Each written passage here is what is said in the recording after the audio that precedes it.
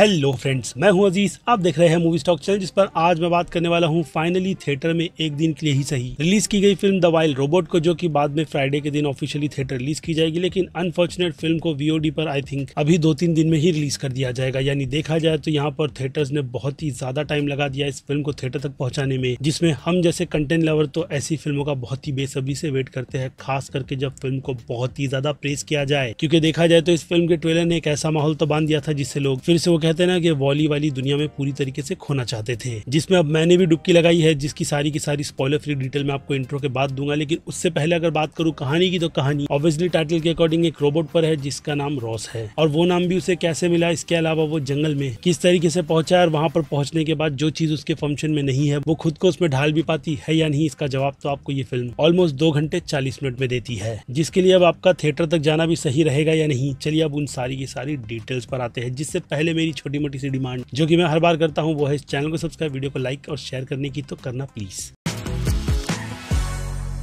So friends, सबसे पहली चीज, अगर आपको नहीं पता कि इस फिल्म को ड्रीमवर्क्स के साथ साथ जिस डायरेक्टर के हाथ में इस फिल्म को दिया गया था उनका नाम है क्रिस चैंडलर्स, जो कि मेरी नजर में एनिमेशन फिल्म के एक ऐसे उस्ताद है जिन्होंने कभी भी एनिमेटेड फिल्म के कंटेंट से कॉम्प्रोमाइज नहीं किया। और ये फिल्म भी बच्चों की उठाई गई एक ऐसी किताब पर है जिसके अगर देखे जाए तो टोटल 3 बुक्स है और तीनों ही बुक्स मैंने नहीं पढ़ी है। लेकिन इससे ये बात तो साफ हो जाती है कि मेकर्स का भी इंटेंशन, अगर ये फिल्म बॉक्स ऑफिस पर सक्सेस होती है, जो कि ये उस लेवल पर तो नहीं पहुंची है, लेकिन फिर भी फिल्म एक ठीक ठाक सा मार्केट में बस क्रिएट करने में कामयाब हुई है, जो कि आगे भी शायद से ये फिल्म इसी तरीके से कंटिन्यू रखे। इसीलिए उसी सक्सेस को ध्यान में रखकर स्टूडियो की तरफ से ऑफिशियली इस फिल्म के सीक्वल की अनाउंसमेंट कर दी गई, जिसे सुनकर दिल को सुकून मिला। क्योंकि अब जबकि मैंने ये फिल्म देख ली है तो उसके बाद इस बात का जवाब जानने के लिए तो मैं भी काफी ज्यादा एक्साइटेड हूँ कि आगे जाकर के इस फिल्म के यूनिवर्स में और क्या होगा। यानी ये कहानी जबरदस्ती बस फेम के चलते मेकर्स ऐसे ही नहीं बल्कि प्रॉपर प्लानिंग के साथ उठा रहे हैं, जिसका अंदाजा तो फिल्म के पहले ही लुक को देख करके मुझे मिल गया था कि फिल्म सच में एक विजुअल ट्रीट ही होगी। और ये फिल्म उस चीज पर शुरुआत होते के साथ में ही फोकस करती है, क्योंकि भाई साहब इंट्रो और फिल्म की शुरुआत इतनी ज्यादा औसम थी कि आप उसमें अंदाजा नहीं लगा सकते कि कब मेकर्स ने इंट्रो के साथ साथ फिल्म की भी शुरुआत कर दी। यानी यहाँ पर डायरेक्टर के डायरेक्शन पर तो जो मैं कभी भी डाउट नहीं करता हूँ, यहाँ पर भी नहीं कर रहा था, क्योंकि इसके अलावा भी फिल्म में बहुत ही अमेजिंग से विजुअल्स डायरेक्टर के डायरेक्शन के हिसाब से तो दिखाए ही गए हैं, लेकिन एनिमेशन का जो स्टाइल उनकी तरफ से पिक किया गया है वो आजकल के हिसाब से काफी ज्यादा एनिमेटर्स को थोड़ा बहुत वो कहते हैं ना कि इनकम्प्लीट सा लगता है। लेकिन फिर भी अगर थिएटर में उसका मजा काफी ज्यादा दुगना हो जाए तो फिर भाई आप कह सकते हो कि मेकर्स ने अपना काम बहुत ही अच्छा किया है। और इस फिल्म को भी लेकर जितनी ज्यादा मैं डायरेक्टर की तारीफ कर रहा हूँ उतनी इस टीम की भी करनी चाहिए, क्योंकि उनकी तरफ से इस फिल्म में किसी भी तरीके की चीजों की कमी ना रखते हुए, छोटी सी डिसअपॉइंटमेंट है बाद में बात करेंगे, लेकिन उससे हटकर अगर बात करूँ वॉइस एक्टर्स की, तो भाई पेड्रो पास्कल और लुपिता लियोन, इन दोनों ने मुझे ये बात का बिल्कुल भी एहसास होने नहीं दिया कि ये वॉइस उनकी है। और साथ ही बाकी दूसरे भी एक्टर्स ने, जिनसे ये बात भी पता चलती है कि मेकर्स इस फिल्म को लेकर के कितने ज्यादा सीरियस थे। क्योंकि देखा जाए तो बाकी तरफ अगर कोई ट्रेंड शुरू हो जाता है तो एक्वाफिना को ऐसा शार्पनर की तरह घसकर स्टूडियोज यूज करते हैं कि वो एक्टर्स भी अपना एफर्ट ना डालते हुए काफी भद्दी सी आवाज देती है। लेकिन इस फिल्म के केस में वो चीज आपको किसी भी कैरेक्टर्स की वॉइस में नजर ही नहीं आती। लेकिन उससे हटकर फिल्म की वाइल्डनेस की बात करें तो भाई साहब वाइल्डनेस भी ऑन पीक दिखाई गई है, जिसे देख करके आप उस कैरेक्टर यानी रॉस के कैरेक्टर से काफी ज्यादा सिंपैथाइज भी हो जाते हो, क्योंकि शुरुआत ही फिल्म की इतनी ज्यादा इंटरेस्टिंगली की गई है, जिसमें अगर मैं आपको बताना भी कुछ चाहूँ तो वो कुछ इस तरीके का है कि जंगल में लकड़ी पड़ी है, जा उठा करके ले आओ, उसे वहां रख दे, उसे ऐसा कर दे, बस यही सब कुछ हो रहा है। जिन सब में अगर डायरेक्टर और विजुअल आर्टिस्ट ऑडियंस को पूरी तरीके से ग्रैब कर ले तो उसे कहते हैं परफेक्ट फिल्म, जो कि ये फिल्म डेफिनेटली बच्चों को बहुत ही अच्छा सा टारगेट करते हुए उनका मोमेंट बहुत ज्यादा अच्छा बना देगी। तो वहीं हम जैसी ग्रोन ऑडियंस इस फिल्म से काफी ज्यादा हैवी मैसेज लेकर के बाहर निकलेगी, और वो भी काफी रोलर कोस्टर वाली इमोशनल राइड्स के साथ, जिसमें अगर मैसेजिंग की बात करूँ तो फैमिली केयर, नए बच्चों को पेरेंट्स को किस तरीके से पालना चाहिए, और इसके अलावा अगर वो डिफरेंट है तो एज अ पेरेंट्स आपकी डिक्शनरी में भी वो चीज नहीं होती। लेकिन धीरे धीरे जब हम उसे अडेप्ट करते हैं तो वो कहते हैं ना कि हम उन चीजों को यूज टू मान लेते हैं। लेकिन इन सब के पीछे पेरेंट्स का स्ट्रगल कितना ज्यादा होता है, ये फिल्म भाई साहब बहुत दिल पर लगी, जिसके इन मोमेंट्स को मैं आपके साथ में शब्दों में बयान नहीं कर सकता। इसलिए उन्हें फील करने के लिए तो आपको डेफिनेटली थिएटर ही जाना होगा, जो एक बार अगर आप जाकर के देख लो तो डेफिनेटली मुझे लगता है कि ये फिल्म आपकी इस साल की टॉप एनिमेशन की लिस्ट में फर्स्ट पोजीशन पर आएगी। यानी इनसाइड आउट 2 फिल्म ने जितना ज्यादा फेम कमाया है, हालांकि फिल्म उतनी भी ज्यादा आउट ऑफ द बॉक्स नहीं थी, लेकिन उस फिल्म ने अपनी आईपी के ही चलते बॉक्स ऑफिस पर बहुत ज्यादा अच्छे नंबर जनरेट किए थे। लेकिन वही बात की जाए इस तरीके के काफी ज्यादा क्वालिटी कंटेंट की, तो फिर अगर ऑडियंस इस तरीके की फिल्मों को सपोर्ट नहीं करेगी तो फिर स्टूडियो की तरफ से आप लगे रहो कि उसी आईपी के आगे के और पार्ट आने वाले सालों में आपको बस ऐसे ही देखने के लिए मिलते रहेंगे। जिन सबसे हटकर फिल्म के डायरेक्शन की तो बात मैं कर ही चुका हूँ, लेकिन बात की जाए फिल्म के फोटो, कलर करेक्शन, सिनेमाटोग्राफी, इन सब की भी, तो हर एक पोर्शन में जैसे कि मैंने कहा मेकर्स की तरफ से बहुत ज्यादा एफर्ट डाला गया है। इसलिए फिल्म के डायरेक्टर क्रिस सैंडरसन फिल्म बनाने में बहुत ज्यादा टाइम ले लेते हैं और जब कंटेंट निकल कर आता है तो क्वालिटी ऑन पीक होती है, जो कि डेफिनेटली इस फिल्म की भी आपको देखने के लिए मिलेगी। लेकिन अब अगर छोटी सी डिसअपॉइंटमेंट की बात करूं तो वो है फिल्म का अंत, जो कि इस फिल्म में एक बार नहीं बल्कि बार बार निकल करके आ रहा था। यानी मेकर्स भी इस बात की श्योरिटी नहीं ले पा रहे थे कि उन्हें फिल्म को किस पॉइंट पर जाकर के अंत करना है, लेकिन फिर भी एंड सेटिस्फाई करता है, जिसकी सारी गलतियां माफ मैं फिल्म के काफी अच्छे क्वालिटी कंटेंट के लिए करूंगा। और ऊपर से जब सीक्वल अनाउंस हुआ है तो फिर ऐसे में सेटिस्फैक्शन तो मिलेगा ही कि आगे जाकर हमें इस फिल्म की कहानी में और क्या देखने मिलता है, जिसकी अब ज्यादा और डिटेल सीधे इसकी रेटिंग के टाइम पर डिस्कस करें तो वो भी बेटर रहेगा। और अगर शुरुआत करूं सबसे पहले एक्शन से, तो भाई साहब फिल्म के एक्शन भी बहुत ज्यादा अच्छे हैं, जो एनिमेशन फिल्म के हिसाब से इस फिल्म के एक्शन को 5 में से 3 स्टार की रेटिंग दिलाएगी। और फिर बात की जाए फिल्म की कॉमेडी की तो भाई वो भी ऑन पॉइंट थी, जिसे मैं 5 में से 3.5 स्टार की रेटिंग दूंगा। और फिर ड्रामा की बात की जाए तो ड्रामा के लिए तो मैं इस फिल्म को 5 में से 4.5 स्टार दूंगा, क्योंकि क्वालिटी इस कंटेंट में भरी पड़ी है, जिसकी बात मैं आपको इस पूरे वीडियो में शुरुआत से लेकर अब तक रिपीट कर बता रहा हूँ। और फिर आ जाए सीधे सस्पेंस पर, तो हाँ फिल्म में सस्पेंस का पोर्शन भी है, जो कि इस फिल्म को मेरी नजर में सस्पेंस की कैटेगरी में 5 में से 2 स्टार देंगे। और फिर आ जाए सीधे इस फिल्म के हॉरर थ्रिल पर, तो फिल्म में हॉरर नहीं लेकिन थ्रिल की वाइब, वो कहते हैं ना कि कुछ अच्छे थ्रिलिंग एडवेंचर के चलते फिल्म में तो बन ही रहती है, जिस हिसाब से ये रेटिंग 5 में से 2 स्टार लेगी। और अगर ऐसी रेटिंग देख करके आप अभी भी सोच रहे हो कि क्या ये सच में बच्चों की फिल्म है, तो हाँ कहूंगा कि बच्चों से लेकर के बड़ों तक इस फिल्म को सभी को ध्यान में रखकर बनाया गया है। इसलिए जाओ जाकर के फिल्म एंजॉय करो। जिनसे हटकर अब बात की जाए मास ऑडियंस की, तो नो डाउट इतने ज्यादा क्वालिटी कंटेंट को तो मास ऑडियंस भी पसंद करते हुए डेफिनेटली A+ की कैटेगरी देगी। तो वहीं क्रिटिक्स की बात की जाए तो क्रिटिक्स का प्यार भी इस फिल्म को काफी ज्यादा अच्छा खासा मिला है, यानी उनकी नजर में ये फिल्म सीधे सीधे A+ की कैटेगरी डिजर्व करती है, जिनसे पूरी तरीके से मैं अपनी सहमति भी बनाते हुए इस फिल्म को एक परफेक्ट स्कोर यानी कि A+ का स्कोर दूंगा। खैर लेकिन ये मेरा पर्सनल ओपिनियन है फिल्म वाइल्ड रोबोट को लेकर के, जिस बारे में आप अपनी राय मुझे कमेंट में आप लिख कर बताइएगा, क्योंकि अब फिर क्या वक्त है वीडियो को यहीं पर दी एंड करने का। बाकी मैं हूँ Aziz movie stock, channel like share subscribe भूलना मत। मिलूंगा जल्दी दूसरी किसी वीडियो में। Till then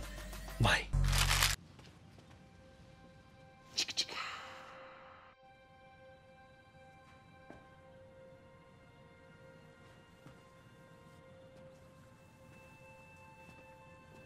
You're still here. It's over. Go home.